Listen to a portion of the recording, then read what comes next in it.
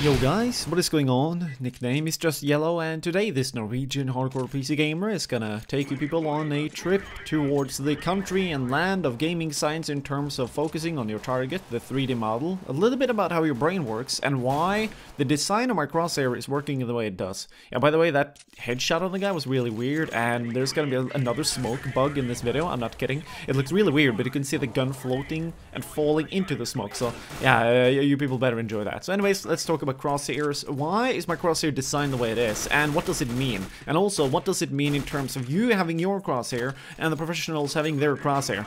So for people who don't know, the vision center in all of us people's brain is designed and it works pretty differently. Me, for example, I have a trait that is a little bit unusual.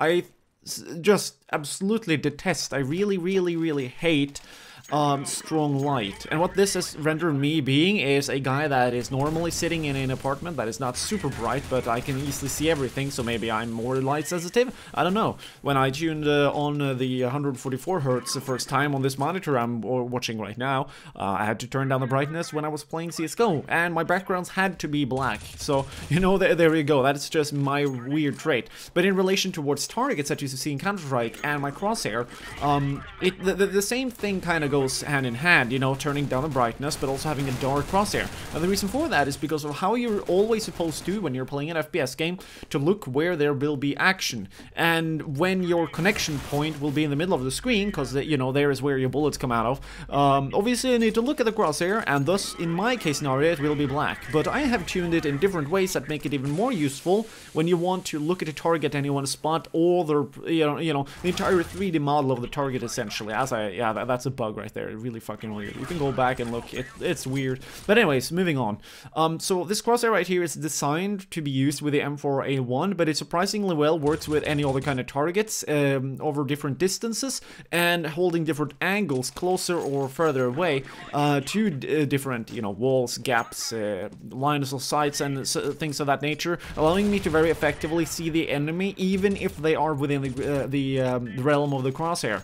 And by that I mean, yeah, I have it transparent, as you can see right here, and that is because of that kind of reason. But also, it's so wide because me sitting relatively close to a 1080p monitor, I've played, you know, thousands of hours of FPS gaming. I'm pretty good at aiming towards what I want to aim to, so if I then can rely on my gun being relatively accurate or having a certain level of accuracy, if I then combine it with a style depending on how the gun is supposed to be played at, this crosshair here allow me to aim super absurdly well.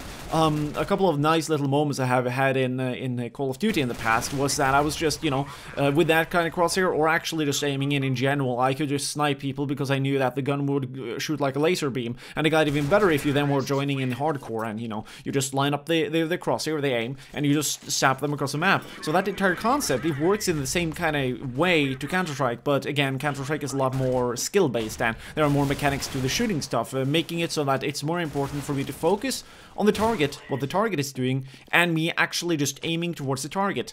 Which takes us over to the next step, in which is for you people to try and understand that when you are, as a single person with your preferences, able to find something that you prefer in terms of a crosshair, you should stick with it and never change it. It's like the view model. Even if the view model technically could give you different advantages or disadvantages depending on how you set your view model, you know, your hands and how they hold your gun and shit like that, it doesn't actually matter because you're not really supposed to use that part of the game when you're, you know, trying to hold down a specific line of sight and you're trying to spot the enemy. The same goes with the crosshair in a different realm, but the concepts are similar, you know? You're supposed to track the entire 3D model of the enemy, you're supposed to shoot it when you see it, you're supposed to prepare for it, and you're going to do that with your crosshair that is customized for your needs. Mine might be overly scientific, I won't really disagree to anything related to that, but it works, and I have it. I don't care how it looks. But even though, again, I do like it because I'm a metalhead, but in the end of the day, it works, and that's the entire point of it, and I have always used it. If it's me perfectly as a person pretty well, and it's giving me good results, so why focus on something that is just cosmetic? Because that is essentially what the crosshair is, even if you tend to go as hardcore into designing it as I did, in which will give you, you know, fucking a grain of an advantage, similar to what you can do with a view model. But again, you know, my eyes are in the middle of the fucking screen, so obviously I'm going to customize that to my personal likability and enjoyment better. But hopefully people learn something about exactly what you should or should not focus on. You should just focus on everything else. Probably any other video in which I teach something about Counter-Strike, you should probably look on to all of those instead of stuff related to view models and crosshairs and customization normally, because that is where your skill will lie at, not some bullshit fictional crap that doesn't really actually do anything when it's as important as you looking in the middle of the screen all the time. So hopefully people enjoy this video. If you want to support the YouTube channel, the Patreon page has been updated massively, so hopefully there's some things that you can read on there and take part in to allow the channel to spin out of control and grow even faster. Anyways, thanks for watching, have a nice day, and don't get beastified when you play, people.